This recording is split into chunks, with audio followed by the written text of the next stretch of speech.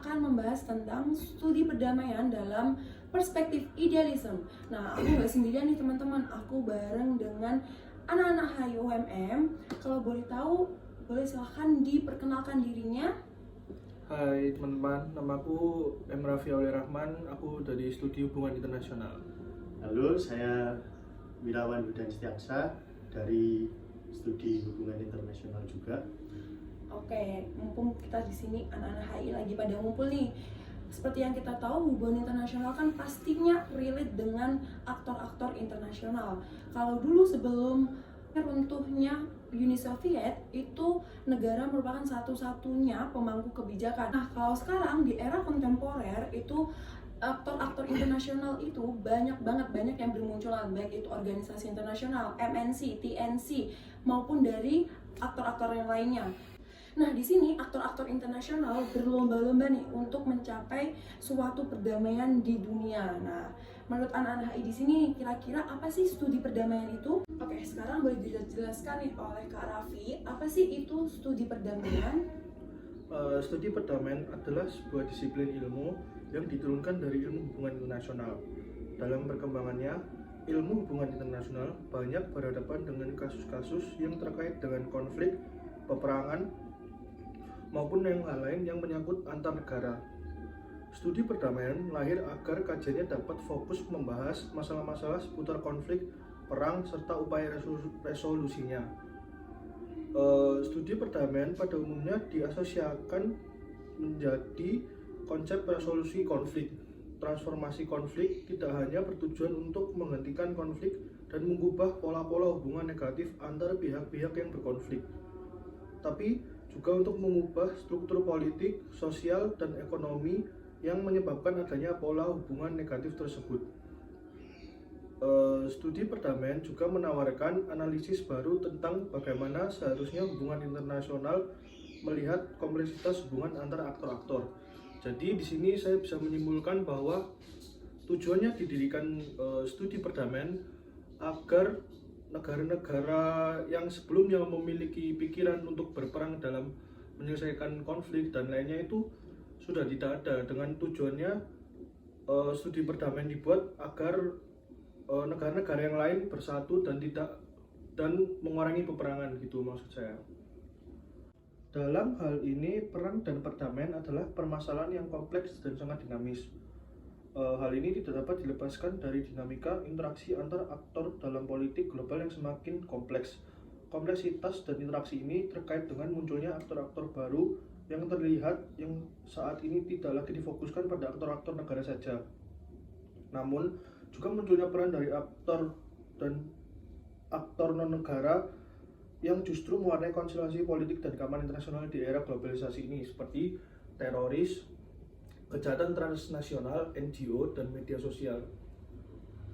Mungkin Wirawan bisa nambahin? Nah, jadi dalam hal perdamaian ini memang menjadi satu alasan untuk menjadi resolusi konfliknya ya. Perdamaian sendiri itu bisa diartikan sebagai kondisi di mana masyarakat bisa hidup secara berdampingan dan tidak ada kekerasan dari negara lain, seperti itu. Meskipun memang masyarakat memiliki perbedaan budaya, sosial, dan lain-lain, perbedaan tersebut bukanlah suatu hambatan karena adanya kemampuan untuk berkomunikasi secara baik, sehingga adanya pemahaman dan toleransi yang baik di antara masyarakat berbeda tersebut. Jadi kalau menurut saya ya, meskipun memang agama, suku, atau ras kita berbeda, itu bukanlah suatu hambatan bagi kita untuk hidup berdamai dari perang tersebut, seperti itu.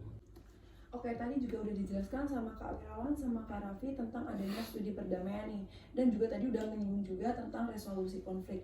Nah, aku masih belum paham nih, apa sih menurut anak HI tentang pengertian konflik itu kayak gimana sih?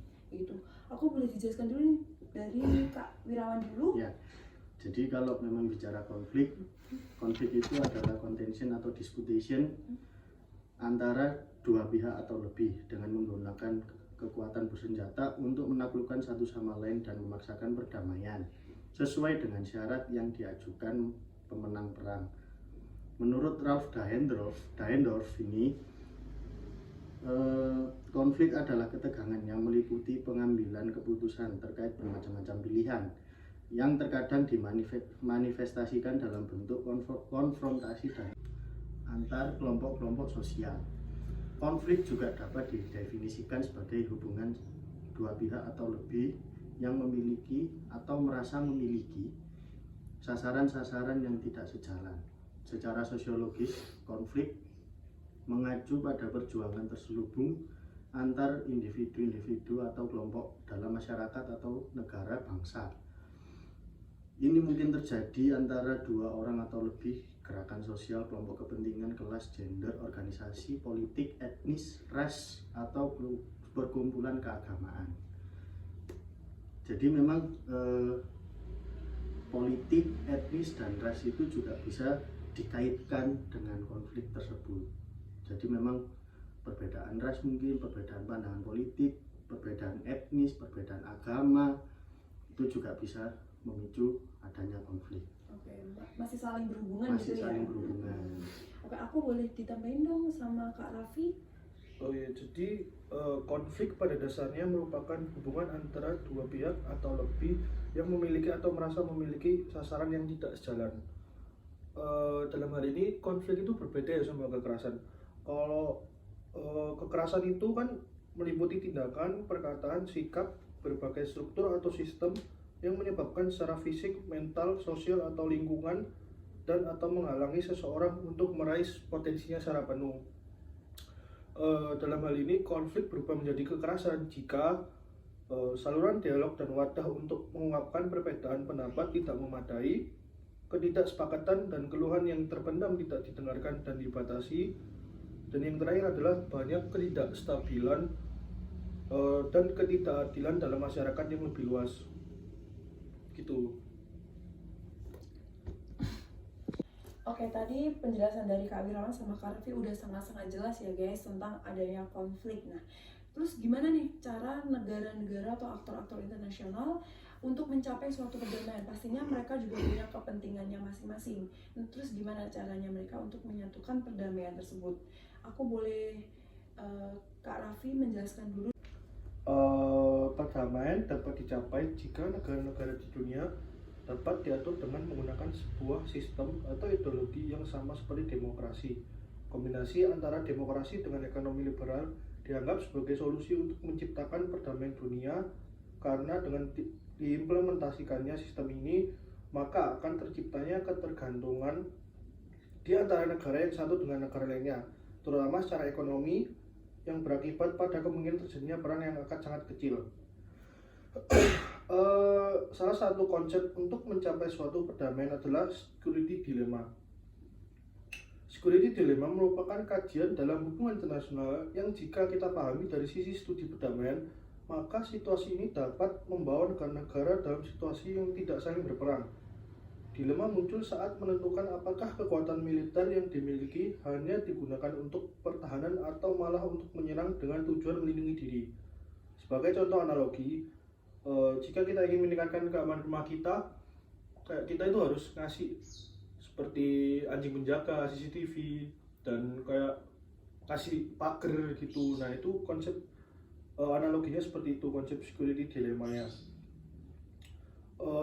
Kedua, security dilemma dapat diartikan sebagai kita itu kayak demi keamanan, misalnya analoginya tadi rumah kita kan, demi keamanan rumah kita itu yang satu tadi kita kayak ngasih CCTV terus ngasih pagar dan lain-lain. Nah yang kedua ini untuk mencegah kejahatan, misalnya kita dapat misalnya nangkap nih orang yang mau lihat rumah kita kan curiga, meskipun orang itu tidak ada niatan buruk, tapi dengan kita menangkap dia, kita jaga-jaga gitu untuk rumah kita.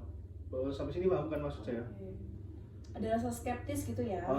Ya jadi kita buat jaga-jaga aja gitu untuk melindungi diri kita lah. Seperti itu analoginya security dilemma. Pandangan saya, kita tarik lagi ke belakang, memang urusan ekonomi antar negara memang sangatlah krusial atau penting sekali di antar negara, karena memang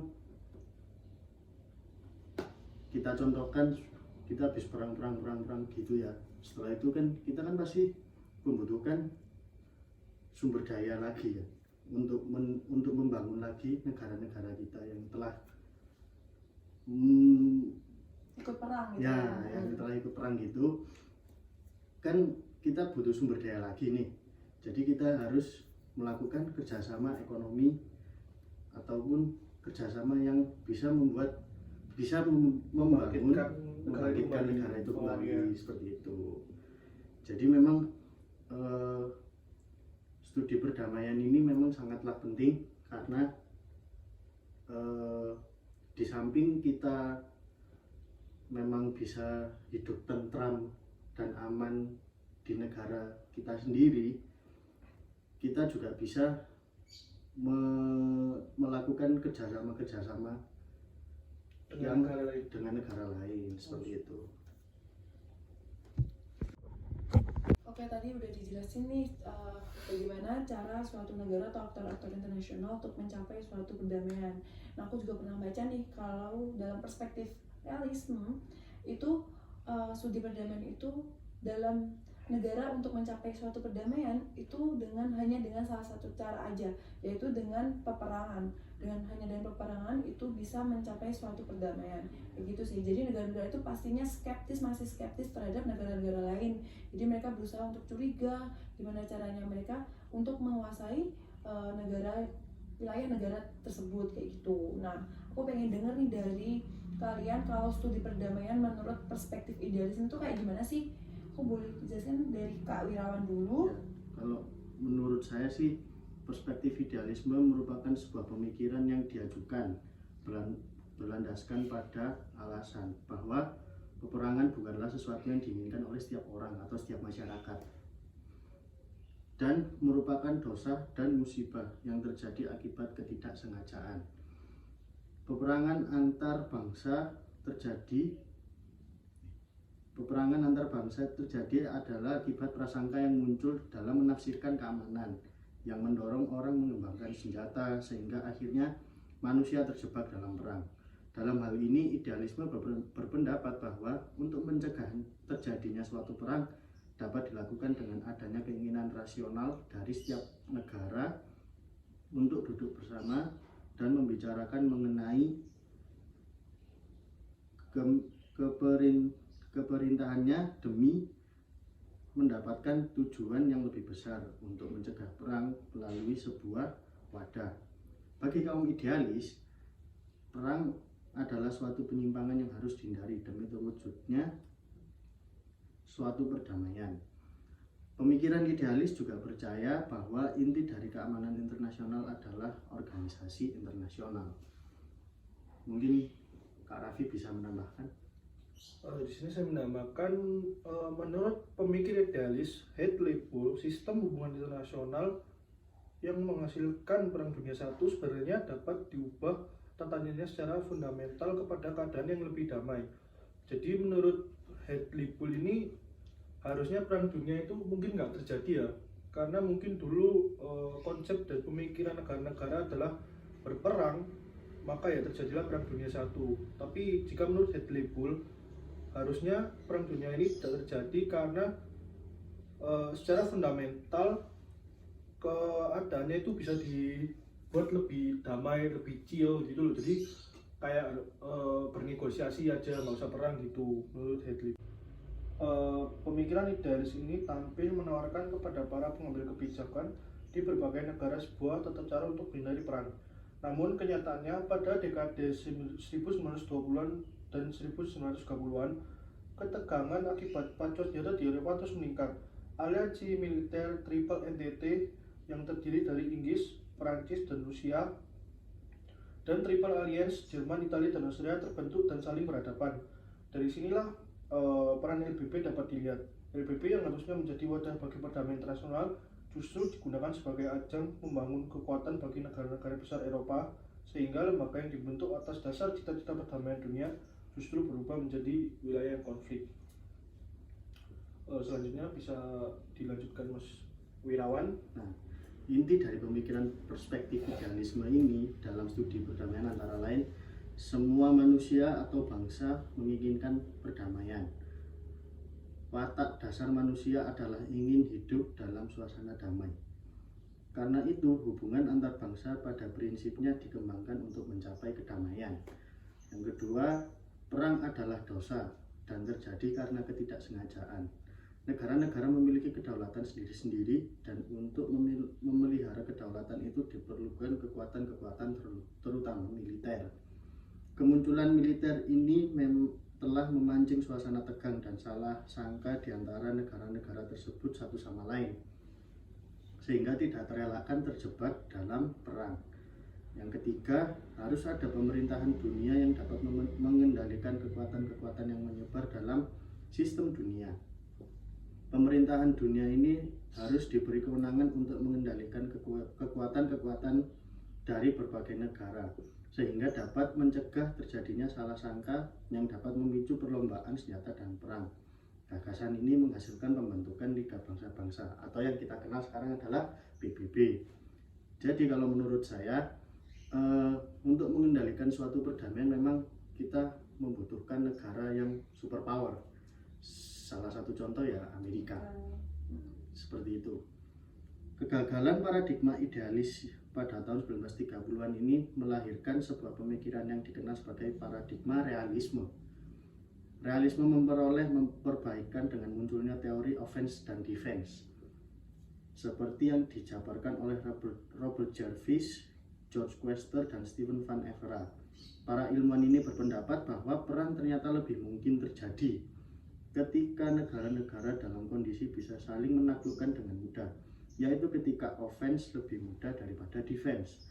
Namun sebaliknya, ketika defense lebih mudah daripada offense, keamanan lebih terjamin, insentif untuk melakukan ekspansi wilayah berkurang, dan kerjasama internasional berkembang pesat.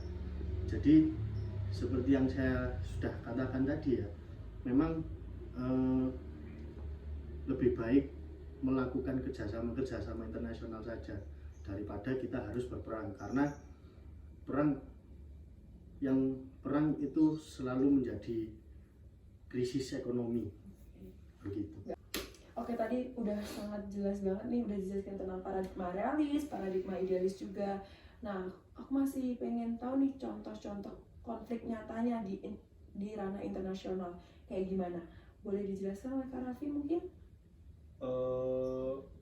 Mungkin Mas Firman dulu deh. Oh iya. Contoh konflik internasional yang dari paradigma idealis ya. Oke. Yang pertama adalah pendirian LBB. Memang cita-cita atau angan-angan LBB ini mewujudkan perdamaian dunia, namun tidak sesuai dengan prakteknya, Tidak sesuai ekspektasinya begitu. LBB mengalami kegagalan karena awalnya LBB menjadi wadah perdamaian, namun menjadi sarang konflik yang awalnya negara saling bergantungan dan membantu, akhirnya mereka saling bersitegang dengan membuat dua aliansi besar. Dua aliansi besar yang tadi sudah disinggung Mas Raffi, yaitu Triple Entente, Inggris, Prancis, dan Rusia, dan Triple Alliance, Jerman, Italia, dan Austria. Dengan adanya aliansi ini mereka berperang dan saling bersaing. Hal ini menjadi kurang terrealisasikan dengan cita-cita yang contoh lain. Kalau dari saya sih Laut Cina Selatan ya, karena sekarang ini Laut Cina kan termasuk perairan yang sangat besar kan ya, khususnya di daerah Asia Tenggara. Kawasan lautan Cina sendiri terdiri dari dua daratan pulau yang besar, satu Pulau Spratly dan Paracel. Konflik Laut Cina Selatan ini melibatkan 6 negara, khususnya negara Asia Tenggara, yaitu Malaysia, Filipina, Brunei, Vietnam, Tiongkok, dan Taiwan. Kawasan Laut Cina Selatan ini diincar negara besar karena strategis dan potensi ekonomi yang tinggi. Tiongkok dan Amerika Serikat memiliki satu kepentingan keamanan energi. Konflik Laut Cina Selatan tidak jauh dari negara-negara besar yang ikut berkonflik gitu dari untuk merebutkan Laut Cina Selatan ini, karena lokasinya yang sangat strategis, jalur seperti kayak jalur perdagangan dan lain-lain itu. Oke, jadi kita tadi udah dijelaskan oleh Kak Wirawan sama Kak Raffi tentang perspektif realisme dan kegagalan dari perspektif tersebut. Iya. Nah, Iya. seperti kayak kegagalan juga bangsa-bangsa atau konflik Laut Cina Selatan. Nah, di sini aku mau menyimpulkan nih dari keseluruhan materi yang udah dijelaskan sama kakak-kakaknya di sini, bahwa studi perdamaian ini merupakan suatu perilaku yang menjunjung tinggi moral, estetika, dan agama. Hal ini dapat mempengaruhi cara pandang terhadap pandangan hubungan internasional itu sendiri. Jadi mereka berusaha berlomba-lomba berupaya untuk bagaimana caranya perdamaian di dunia ini bakal tercapai. Hal ini dilindungi juga oleh rezim internasional. Seperti kalau sekarang tuh masih ada PBB atau Persatuan Bangsa-Bangsa, seperti itu. Mungkin sekian dari podcast kita hari ini. Semoga ilmunya bermanfaat untuk kalian semua di sini. Jangan lupa komen, like, dan subscribe ya. See you in Ya, see another you. podcast. Bye.